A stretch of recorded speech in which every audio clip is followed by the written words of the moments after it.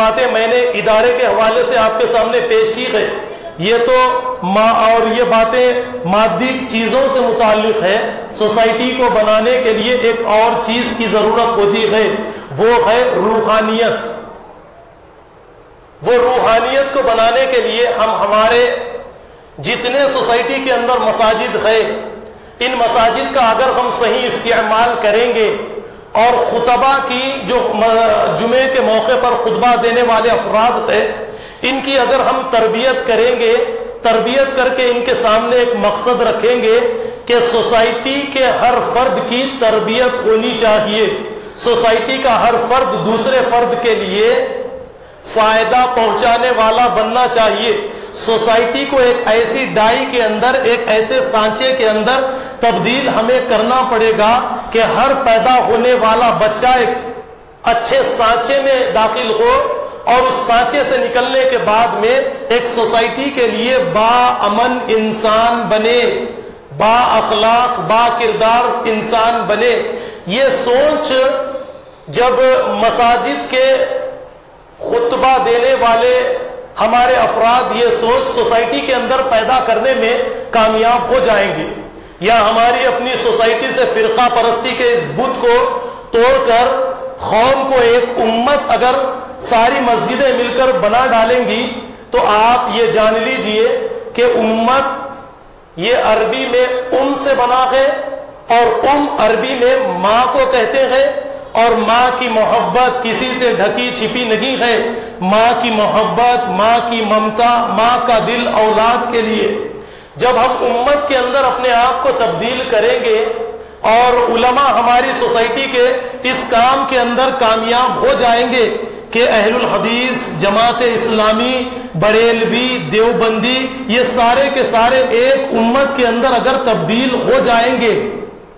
تو یہ امت بننے کے بعد میں آپ دیکھیں گے کہ ہر ایک فرد دوسرے فرد سے محبت کرے گا، نفرتیں دور ہو جائیں گی، اور اس کے بعد میں جو سوسائٹی کا نقشہ ہمارے سامنے، سوسائٹی بن کے ہمارے سامنے نقشہ تیار ہے، بس تعمیر کرنا ہماری اپنی ذمہ داری ہے۔ ایسا نہیں ہے، اللہ رب العالمین نے اس دنیا کو مکافات عمل کے اصول پر بنایا ہے، یعنی جیسی کرنی ویسی بھرنی۔ کانٹوں کے بیج بوئیں گے ہم تو کانٹے حاصل کریں گے، پھل اور پھول کے بیج بوئیں گے، پھل اور پھول حاصل کریں گے، تو جو نفرتیں ہم بوتے ہیں وہی نفرتوں کو ہم حاصل کریں گے۔ تو جیسے قرآن کریم کی ایک آیت بھی یہاں پر مجھے یاد آئی جو سورہ رعد میں ہمیں ملتی ہے، جس میں اللہ نے فرمایا وَأَمَّا مَا يَنْفَعُ النَّاسَ فَيَمْكُثُ فِي الْأَرْضِ، کہ جو اس زمین پر لوگوں کو فائدہ پہنچاتے ہیں، اللہ تعالیٰ انہیں زندگی دیتے ہیں، انہیں باقی رکھتے ہیں،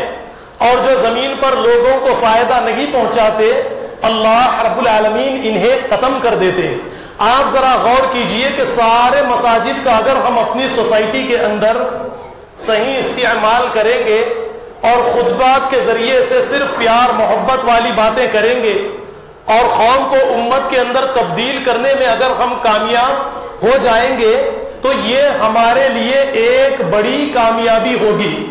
اور جب ہم یہ کامیابی حاصل کریں گے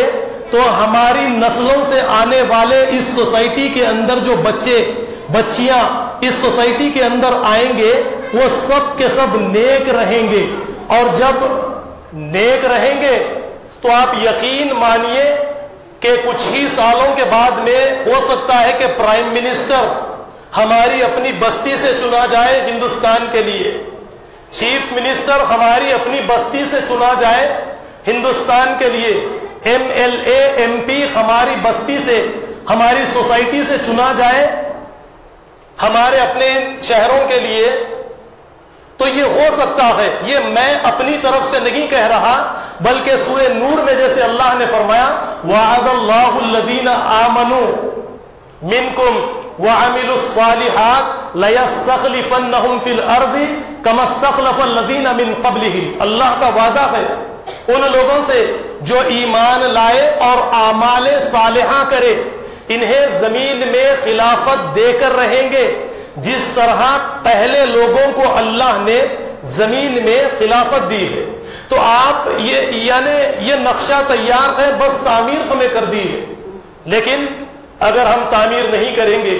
اس طریقے سے سوسائٹی کو بنانے کی کوشش نہیں کریں گے، باصلاحیت افراد کا استعمال نہیں کریں گے، تو جو مسئلہ آج کے آپ اچھی طرح سے جانتے ہیں، جو مسئلہ سوسائٹی میں ایک دوسرے سے نفرتوں کو لے کر، دشمنیوں کو لے کر جو مسئلہ آج ہماری سوسائٹی کے اندر ہے، یہ مزید ترقی حاصل کرے گا اور اس کے بعد میں مزید فسادات، فتنے فسادات کا ایک سلسلہ شروع ہوگا. اس فتنے اور فسادات کو روکنے کے لیے ہر علماء کی یہ ذمہ داری ہے کہ مساجد سے ہونے والے حالات حاضرہ کو لے کر نظر ڈالی جائے. میں یہی بات کی کوشش کرتا ہوں، اس سے ہٹ کر کیا ہے بتائیے. لیکن نکتہ چینی، تنقید ہمیں اپنے دل کو بڑھا